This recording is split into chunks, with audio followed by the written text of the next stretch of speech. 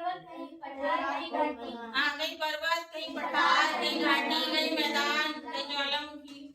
तो धरातल का रूप बदलता रहता है। तो धरातल के रूप को हमने 3 भागों में बांटा है। प्रथम श्रेणी के उच्चावच, द्वितीय श्रेणी के उच्चावच और तृतीय श्रेणी के उच्चावच। प्रथम श्रेणी के उच्चावच में हमने क्या-क्या बताया था? महाद्वीप और महासागर। कितने महाद्वीप हैं? 7। और महासागर कितने? 5।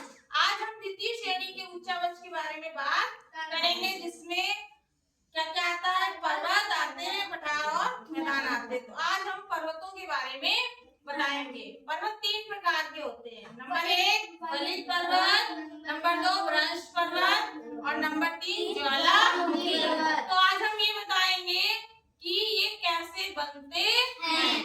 तो पृथ्वी का जो रूप है, धरातल का रूप है, वो स्थल मंडलीय प्लेटों की गति के कारण बदलता है। जो पृथ्वी है, इसके नीचे बहुत सारे स्थल के टुकड़े पाए जाते हैं, उन्हें हम स्थल मंडलीय प्लेट कहते हैं। तो सबसे पहले हम ये बताएंगे कि बलित पर्वत कैसे बनता है। तो जैसे ये हमारी जमीन है, धरातल है, और ये 2 स्थल मंडलीय प्लेटें हैं जो दूर दूर है। एक ये है और एक ये है। ये प्लेटें जब पास में आएंगी, गति करेंगी, तो ये यहाँ की जमीन पर जोर लगाएंगी, बल लगाएंगी और यहाँ की जमीन ऊपर उठ जाएगी और पर्वत बन जाएंगे। तो ये बलित पर्वत बन गया। बलित पर्वत या मोड़दार पर्वत का मतलब है मोड़ पड़ जाए, बलन पड़ जाए। तो जब ये स्थल मंडलीय प्लेटें पास में आई ना, जमीन पे जोर लगाया धरातल में, और धरातल का ऊपर उठ गया और पर्वत बन गया। तो भारत में जो हिमालय पर्वत है, वो बलित पर्वत का उदाहरण है। अब दूसरा आता है भ्रंश पर्वत। क्या आता है? भ्रंश पर्वत। जैसे ये 2 मान लो स्थल मंडलीय प्लेटें पास में हैं। ये दोनों स्थल मंडलीय प्लेटें दूर जाने लगेंगी। जब दूर जाने लगेंगी तो इनके बीच में क्या बन जाएगी? जगह बन जाएगी, है ना, घाटी बन जाएगी।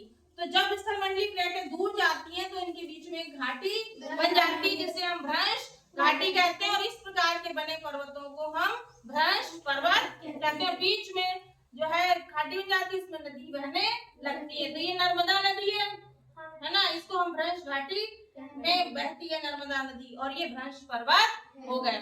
तो 2 प्रकार के हो गए, बलित पर्वत और भ्रंश पर्वत। ये नर्मदा नदी इस घाटी में बह रही है ना।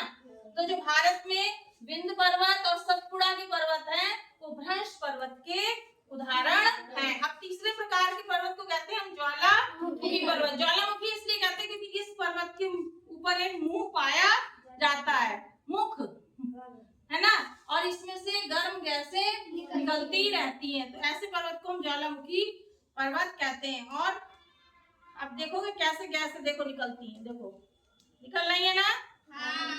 निकल रही है। देखो ये देखो, ये जो गैसें निकलती हैं, जब निकलती हैं तो उसको मैग्मा कहते हैं, और जब ठंडी होकर इकट्ठी हो जाती है तो इसे हम लावा कहते हैं। देख रहे हो ना? निकल रहा है। गर्म गैसें ऐसे ही निकलती हैं। देखो ये देखो, ये जाके नीचे इकट्ठा हो जाएगा और इसे हम लावा कहेंगे। तो भारत में केवल एक ही ज्वालामुखी है जो अंडमान निकोबार द्वीप समूह में बैरन द्वीप में पाया जाता है। तो आज हमने पर्वतों के प्रकार सीखे। कितने प्रकार सीखे? 3। नंबर 1 बलित पर्वत, नंबर 2 और नंबर 3 वेरी गुड। चलो बस।